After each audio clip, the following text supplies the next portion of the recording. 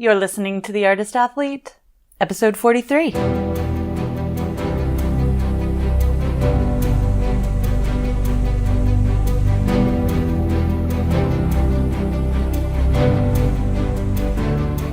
This podcast is dedicated to Circus. It's a place for professionals in the industry to share their stories, viewpoints, and information, and a place for outsiders to get a sneak peek into this world. Hey friends, fans, and enemies. I'm Shannon McKenna, and I'm the host of the Artist Athlete podcast and the founder of theartistathlete.com. So I'm in Thailand right now. I've been in Bangkok for about 6 weeks because I'm actually spending some time working on my own artistic and athletic development at the moment. I've been training pretty much every day with today's guest, Chloé Farah, as my coach. Here's the thing about Chloé in Thailand. She shows up every day to the studio at 9 a.m. and teaches for 12 hours straight until 9 p.m. She gives herself a break for like 30 minutes every day to sit and eat her lunch. So when I asked her for this interview, she said, yes, we can do it on my break, because that's literally the only time she had. So when we were recording it, we were in kind of the front room of the beautiful Circus studio we're at. Shout out to Cars Vic in Bangkok. It's an amazing space if you're ever in the city. But we had to sit in this open room, so this recording has a bunch of other noises in it. Not for the whole time, but I didn't have control over my environment the way I usually like to. So there were people coming in and out who didn't know we were recording. Chloe's like trying to eat her lunch as I'm bugging her with all of these questions. At one point I had to stop the tape so I could actually like help these people move a refrigerator. So I'm really sorry if the background noise is distracting, and if you hear some random Thai like sprinkled in the background, that's what that is. But the interview is so wonderful. Chloe's so awesome. I had to introduce you to her in case you don't already know her. And so that's that. But shout out to my amazing producer and editor. His name's Derek, and he does his best every week to clean up my messy audio. I can afford to pay Derek to do this because of Patreon.com. Patreon is the website that allows all of you listeners out there to give small monthly donations to help me cover the cost of this podcast. My current goal is to have the podcast donations at $1,000 a month. If that happens, I can start making video recordings to put on YouTube. That's what I want to do if I get $1,000 a month. And if you want to help me do that, go to patreon.com/theartistathlete to help out. Again, that's patreon.com/theartistathlete. And now, a little bit of information about my guest today, Chloé Farah. Chloé is a graduate of the Ecole Nationale de Cirque in Montreal's work-based learning program. It's a teacher training program. She graduated under the instruction of famed circus coach Victor Fomine with a degree specializing in aerial straps. Passionate about the human body and its biomechanics, Chloé has spent the last 15 years bridging the worlds of science and art, be it on stage in the middle of multiple creations or with athletes and developing artists. Her studies in osteopathy provide her with a unique perspective and approach to allow her to ensure a healthy and exemplary training style, respecting the physical limits of her athletes and artists as she builds training programs adapted to their specific needs. She works as a technical coach for Cirque du Soleil and also provides coaching and choreographic counsel for individual acts and artists that have been shown on international stages such as the festival Cirque du Soleil. And one more thing, Chloé is French. She's from France. That stands to reason. And so sometimes if you're not used to listening to different accents, it might be a little hard to understand her, or the background noise might be distracting to you. If that's the case, you can email me, info@theartistathlete.com, and I will be happy to, free of charge, provide you with a transcript of this interview so you can read it. And that also comes to you courtesy of my Patreons. Here's my interview with Chloé Farah.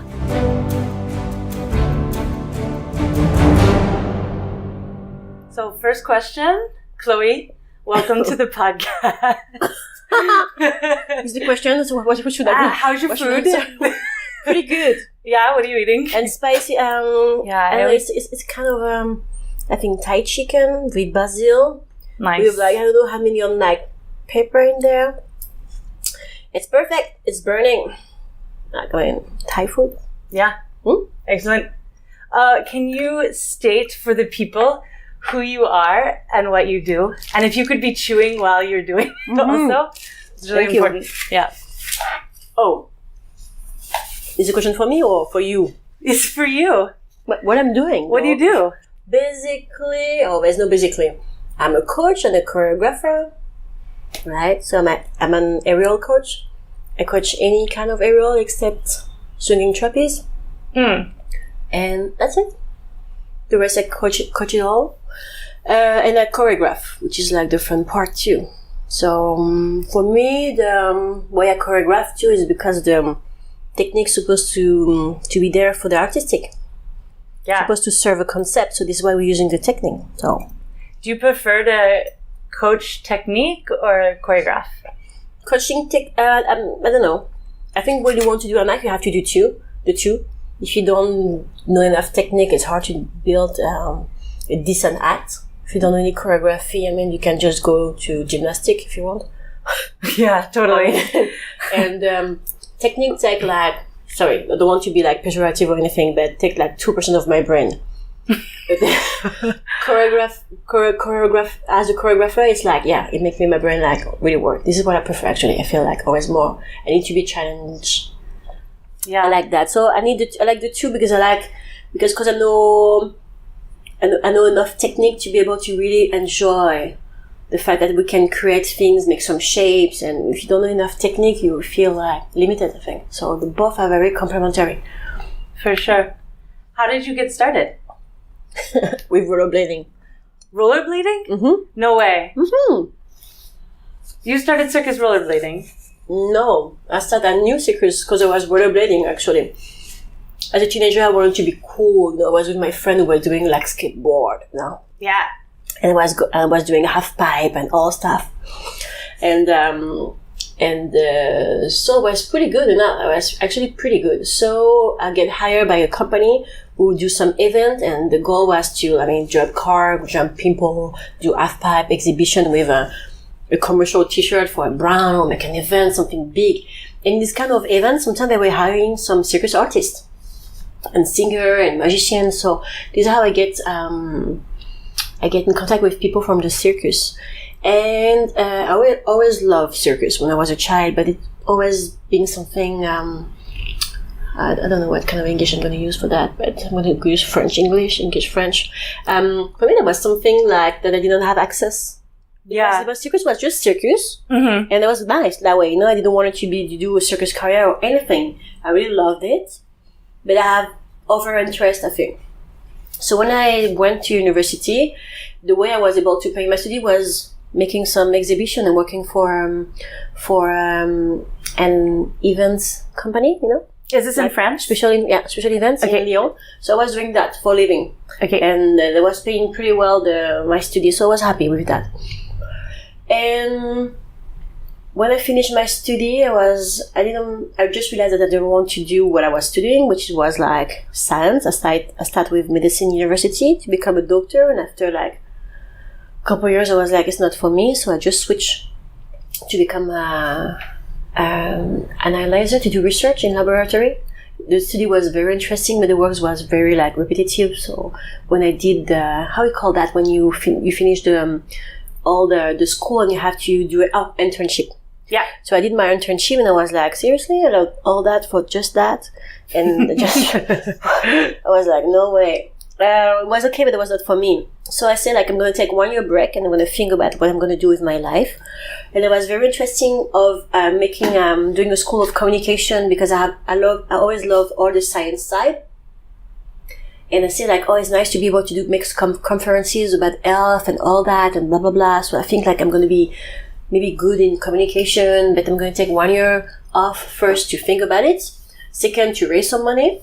So I applied to work for the Club Med for the summer and I was applying for other work too, like in rollerblading stuff. And the Club Med hired me for a summer as the head of the inline skate activity. So I was running a team, and I was making baby shows, and I was teaching, and I was okay for that. So this is what I did, and my first contract. Which Club Med were you at? In Greece, in Athenia. This Club Med closed because they closed like 20 or 30% of the Club Med in the world. Yeah. Since. And I had 21 years old, something like that, 20 years old, I don't remember. Okay.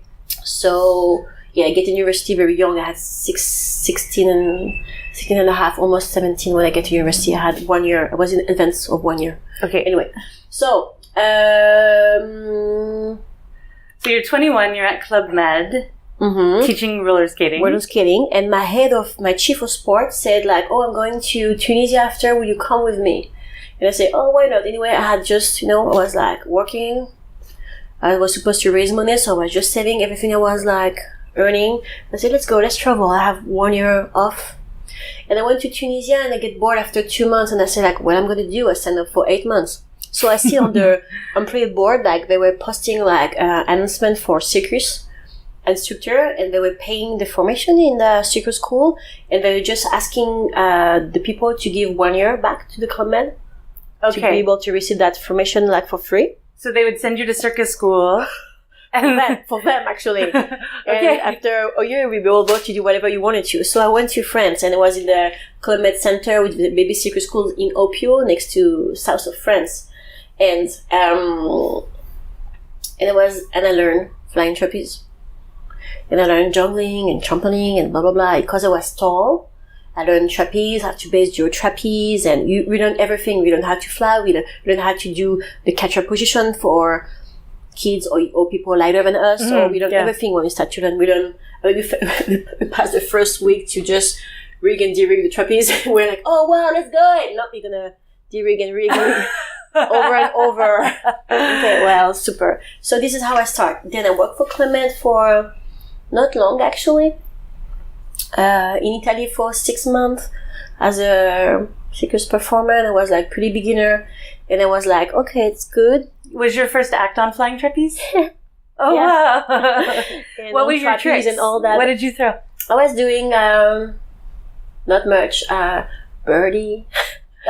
Split, that was pretty old. I was returning to the platform because it was my first contract, so I was not super like high level, and I was able to be clean enough to do those tricks. And after this contract, I said like, oh yeah, that's good. Yeah, I'm happy, but I don't think it's for me. It was fun, and I had like a couple months to go to finish my year. Then I decided to do not go back to Club Med to focus again on what I'm going to do in the future and to see how much money I still need. And the Club Med called me to go to Guadeloupe for the Club Med in Caravelle, which is beautiful. And I was like, I've never been. In Mexico, yeah? No, it's in the Guadeloupe. It's the island, French island. Oh. It's the Martinique, Guadeloupe. Okay. In the French Caribbean area. Okay, yeah. Pretty close to Cuba and, Oh, gotcha. A little bit more north, I think. And I said like, oh, why not? We all knew that in France, this is like a very beautiful area. So I was like, okay, it's maybe for 4 months. It's nothing. It's perfect. And I've been there. And the good thing is like, we have, we were most in the American area, so this is how I met like really great flyers. So always where we're coming from America, and they were super strong, pretty good. And this is really where I learned. I met one of my best friends there, was a super nice flyer, and she really like pushed me. And from that, I really improved, and I was able to do like big tricks. I mean, like to do layout full, forward over, all those stuff, and with a very clean technique. And one day a flyer came, he was a professional, he was just coming here with his wife in vacation, he was a professional flying trapeze artist, and when I saw him flying, I was like, whoa, I want to be nothing than that. So I trained very hard, and in 4 months I really like improved, asked me to renew my contract, and I renewed my contract for another like 4 months, and I become very good. And this is how I start Circus actually. So I was very happy because people were very like, were very sharing, they share a lot of their knowledge. And this is it. Then, what happened after? Yeah, I think it was the owner of the TSNY in New York. So the Flying Trapeze School of New York. Yeah, Chelsea. He came with his family, and he saw us flying, and he said like, "Oh, it would be interesting if you can come." So I know that he proposed like to my friend Fred, who was French American, to work for them, and there was really an opportunity for me to work there. So I was like, "Oh, why not?" Anyway, my contract on the hand. So, and I really wanted to go to Montreal to train. So I was a pretty decent artist, but not a professional artist at all. So this is it. So I took a couple months of vacation. I went here in Thailand.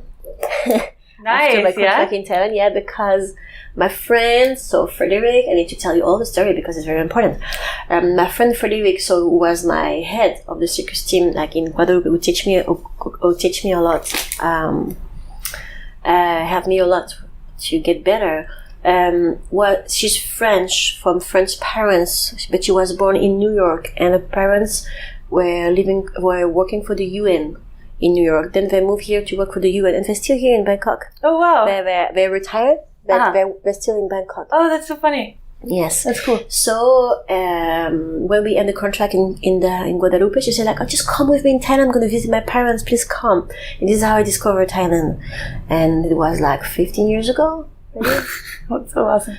So I went here and I traveled. I was happy to discover the country with event, blah blah blah blah blah blah blah blah blah. And I think about what I want to do in my future. I want to do circus, and I say, I need to go to Montreal. So I went to Montreal and I trained with Victor, and I get the chance to, short story long.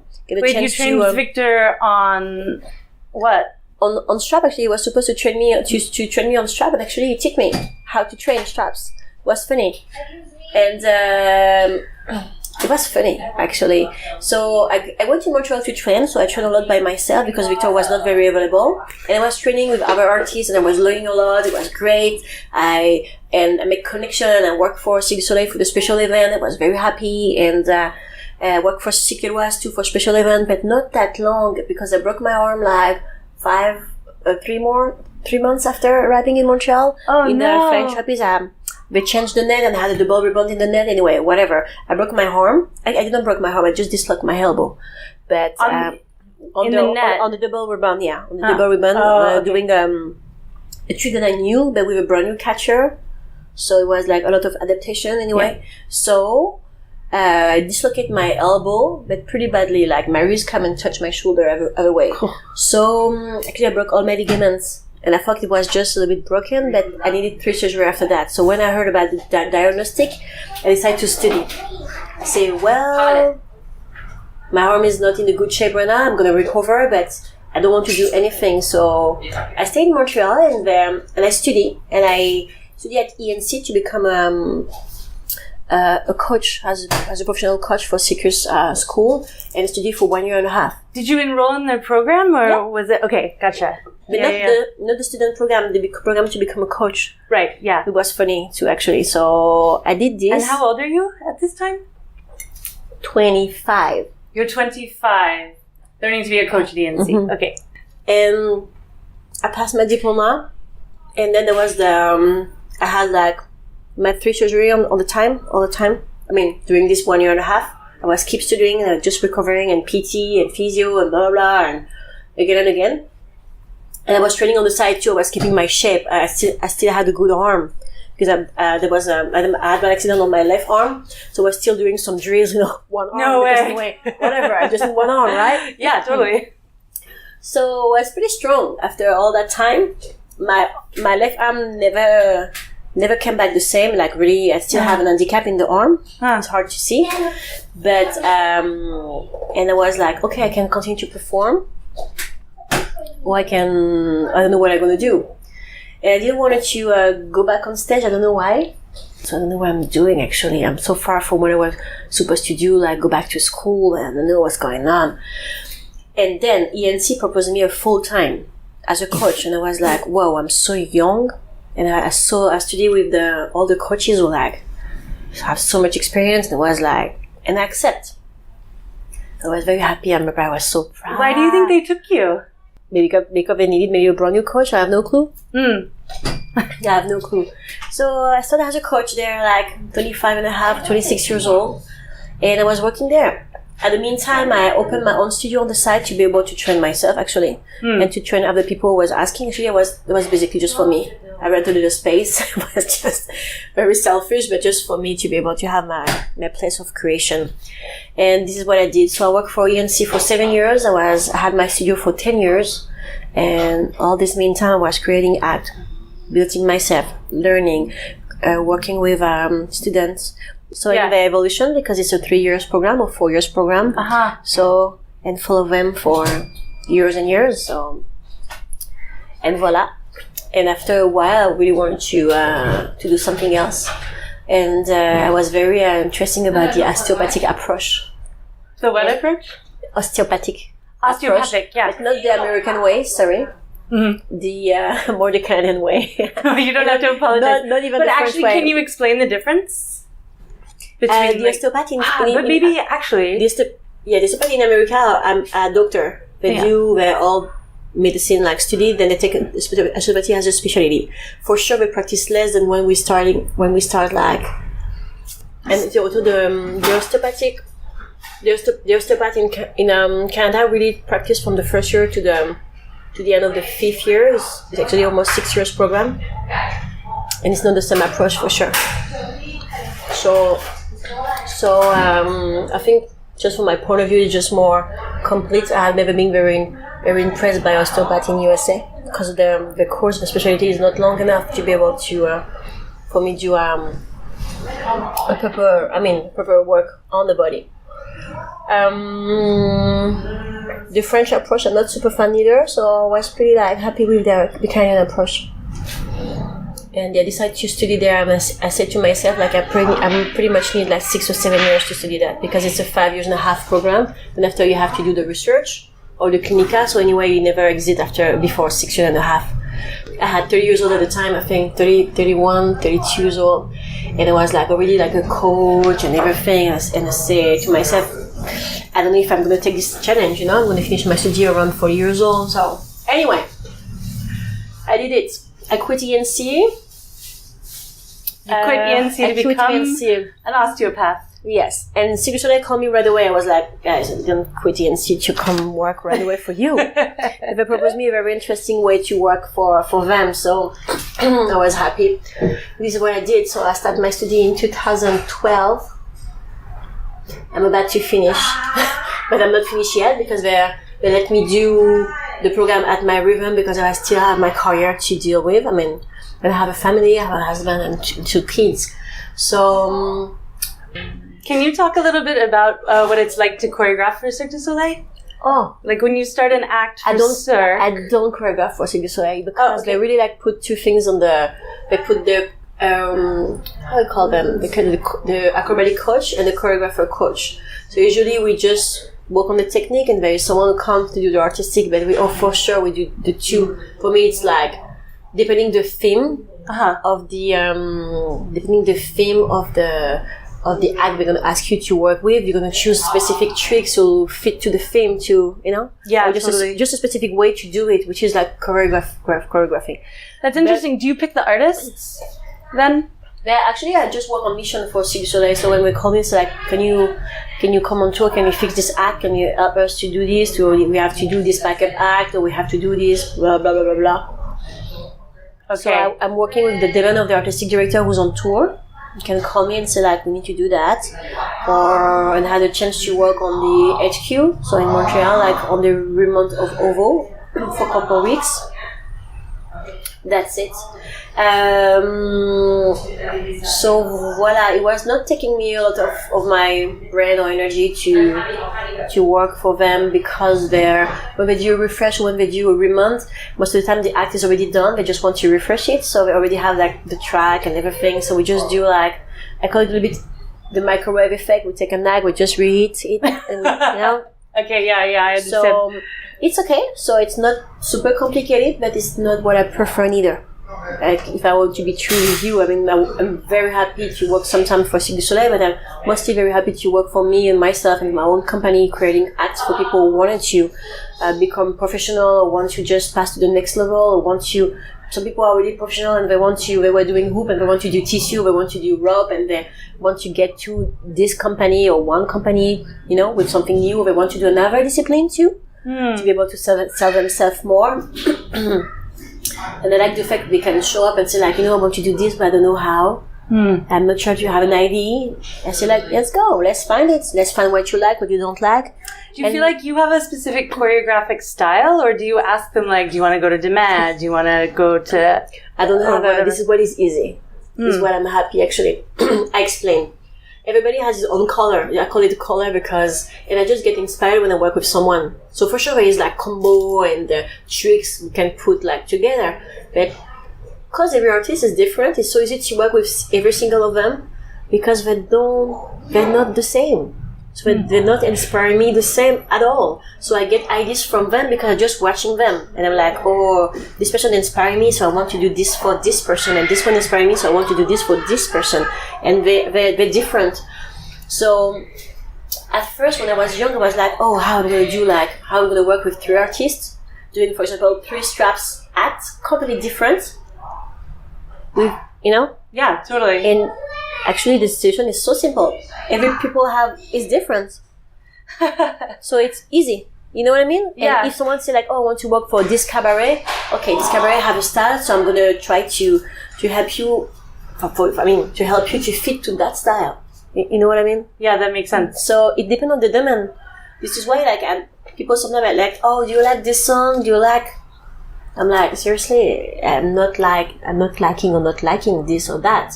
It's just, is it fitting to your thing? Is it making sense to what you want to do? You want to work for Zumanity. You want a very sexy act, a very sensual act. So you're gonna do your act on Hallelujah. No, you're gonna do some, So depending the theme, depending the demand.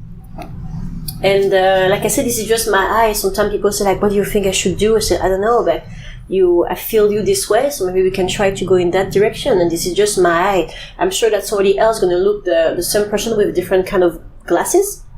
So going to probably coach differently, but this is just me. I have my own pair of glasses, and this is how I see the person.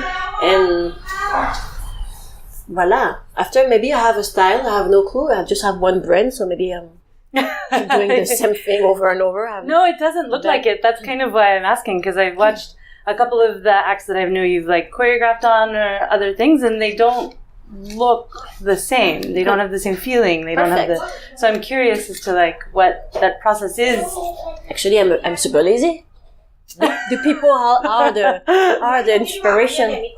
Yeah. I'm doing nothing. Then like I said, they have a color, and I'm like, woo, let's express your color. Let's go. That's amazing. So I'm not doing much actually. Cool. So voilà. that's. But my job is she doesn't be lazy, and you can be a successful circus coach. Exactly, you can be lazy, and if you're lazy, how we call lazy, for sure you're gonna always use the path who's gonna make you save a bunch of energy. So if biomechanically speaking, your movement is super efficient, it's always gonna be easy on your body. It's always gonna look easy.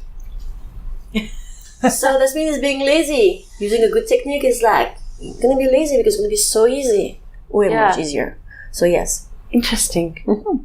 You said before you were talking about your flying trapeze career and you were like, I was a decent artist, but I wasn't a professional artist. No, I was not as good as... before I trained for become a coach for UNC, I was pretty good. I was pretty good. I was pretty good. But before I was really I was what we call like more amateur. Yeah. I was working for, my contract were not like big contract. It was like in the hotel for this event. There was like small contract. The one usually you don't really like survive with. Totally. You have a gig and that's it. So I was not as good at the people I trained, but actually to tell you the truth, I was very happy when ENC called me to work for them. I get bored after a while, but I was very happy because I think I was born this way. I'm born to be a coach. Since I'm a child, I think I always wanted to be a teacher. you know, and I want to be a sport teacher. And after I said, like, I don't want to be a sport teacher because I saw my colleague in the classroom, they were like so lazy, you know, in the sport like class. And I said to myself, I don't want to work with someone who don't want to be here. Yeah, don't want totally. to be there. And sometimes there was something that was a bit difficult that you can see the kids. I mean, the kids and the young person who are in the school work super hard. I think they don't always realize the challenge they have to have like 50 coach or more taking care of them, like flexibility, conditioning, handstand, acrobatically, voice, acting, dance. You know, they're like, whoo. And sometimes they're like, oh, well. So we don't choose our student and the student doesn't choose us neither. I think it's not like the best things ever. So sometimes you're not very enthusiastic to work with someone because we're human, right? Yeah. So we always have the knowledge and we have the way to be. And it's two things completely different. So this is why at the time, I come back a little bit on the story, I was so happy to open my own studio because the goal was like, guys, you choose me if you want to work with me. And I choose you if I want to work with you, and that's it. So I'm not a good coach for everyone. I'm not a good coach for everybody. And thanks, because we have all different tests, you know? Yeah, totally. So this is what I like the most. My luxury, I feel like millionaire, billionaire, rich, like, is because I can choose with who I want to work, where I want to work, when I want to work, mostly. If I don't want to work with someone, this is fine. I don't have to, right? Yeah. So I can do whatever. So I have two more questions, actually, which Tell was me. you started to talk about the French contemporary circus versus contemporary circus in Canada or other places. And where do you think you see circus going as a whole? Like, what do you think is the future? I feel like you have your pulse on it because you see a lot of artists who are developing work now. Mm-hmm. I don't really know. Circus is pretty a big market now. It's a small market and a big market. So circus sell. Mm-hmm. Circus sells seats. So it's a business. It's a business for sure. So I don't know where I see circus because there's many artists who need to, and I don't complain, this is what I'm doing with them too. They're building act to be able to serve the market. Sometimes you're building an act who's amazing, but there's no place for you in the market. So you have to, people want to do this in their theater or the cabaret or the show. So if you want to find some work, you have to, to fit to the company. And there's more and more like big circus companies. So I don't know where circus is going to be tomorrow. If I will be a millionaire, I think I will create a show with all the acts where things were completely original to me, like through my goggles, What's your favorite act? I don't think I have one favorite, but when an artist is on stage and have a lot to give, first the soul of the artist is very important because I easily get bored when I see some act because especially Aerial, they're moving and I'm like, oh, I know what you're going to do, I know what you're going to do, so it's hard to appreciate. And I like people just really try to do something different. And it's weird because I still like people who do classic thing but do a good way. Well done. I like the thing was well done. I like the beauty of the line. Whatever you shape, whatever you morphotype, I really like the beauty of the line, the fluidity of the movements. And people make the effort to do not do again the same tricks over and over, but to make them to make it their own, and they just transform the technique a little bit to make something original. This is what I love the most. So I don't know what's my favorite act. I have a lot of good act that I can watch over and over.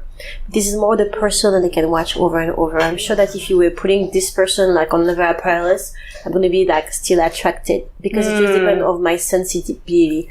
And other people are going to watch the same act and be like, whatever, Yeah, totally. It's like any other kind of art. Like some people like it, some people don't. Gonna be maybe too, how is that? I cannot say like, oh, this art is good too. I don't have this pretension because this is completely subjective. Yeah. But for sure, if I will be able to make a creation on a show, I will take the people who touch me.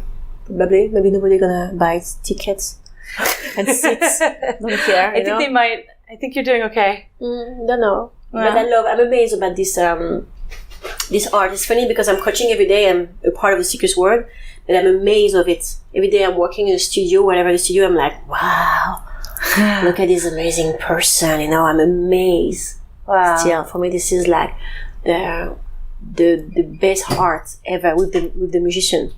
This is the best art. There's acrobatic, the play, the acting, people have to give so much of themselves on stage, and there's all the acrobatic side and the wow effect and all the danger too. You can definitely die, doing this work, and you can get injured, and you can, So, yes, it forced the respect. Circus artists are like, they're precious to me, even if I'm the one who trained them most of the time. I'm still amazed every day, seriously.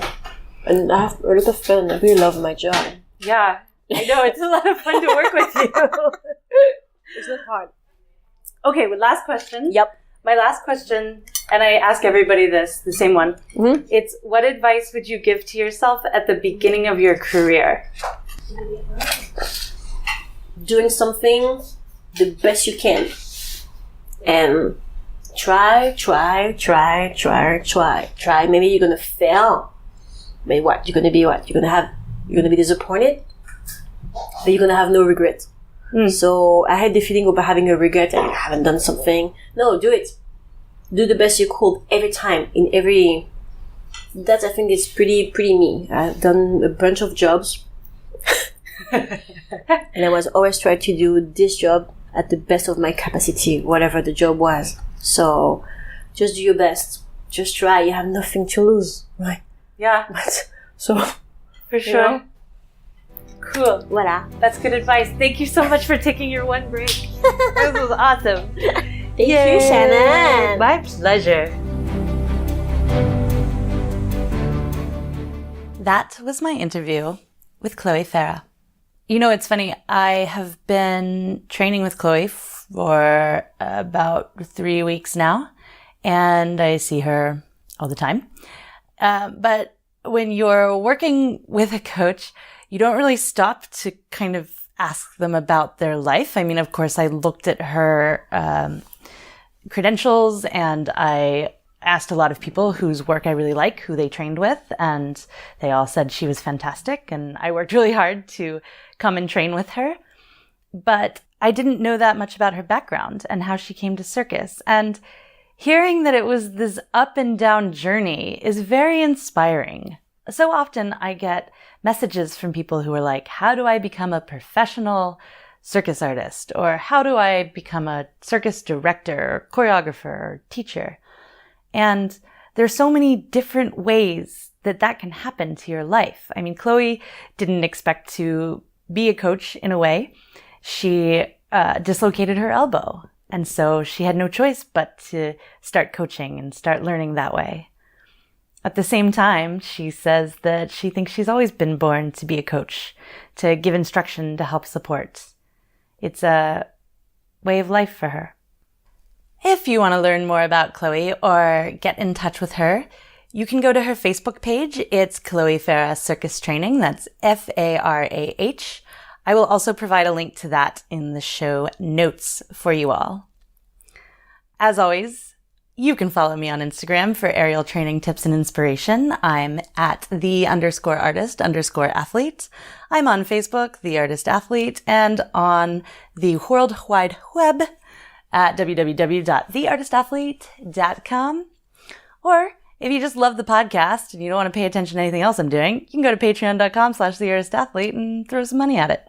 Talk at you next week, friends, fans, and enemies.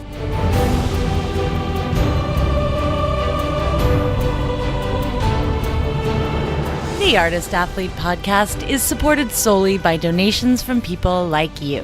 Here's what some of those people have to say. Hi, I'm Katie Betts, and I'm the director of Shared Culture Concepts, which is a full-service marketing company for circus and performing arts. You can visit our website at www.sharedcultureconcepts.com. On the website, you can find a copy of our ebook, which covers basics of marketing, specifically for circus educators, coaches, studio owners, and circus artists. Aloha! My name is Beth Russell, and I live on the beautiful island of Maui, Hawaii. I am an aerial artist and movement instructor specializing in chakra yoga to keep me balanced and grounded. I play with silks, trapeze, lyra, rope, acro, aerial yoga and dance, slacklining, pole, bungee, and climbing. Really anything that goes up and allows me to explore 3D space. You can find my dedicated aerial page on Instagram at Maui Aerialist. If you find yourself coming to Maui, let's play. Hey there, friends, fans, and enemies. This is Chris Alston, Patreon of the Artist Athlete Podcast, straps artist and lyra performer and acrobat out of Greenville, South Carolina. So, if you're ever passing through, make sure to stop in and see me and my friends. We have a wonderful space, and we'd love to see you. Hi, my name is Erica Lee. I'm from St. Louis, Missouri, and I'm an aerialist. I teach performing arts to elementary school during the day and do pole and slings and rope by night. I really like the Artist Athlete podcast because it gives me a lot of circus goals to look forward to. It gives me a lot of insight on what's going on around the world in circus, and that's why I'm on Patreon.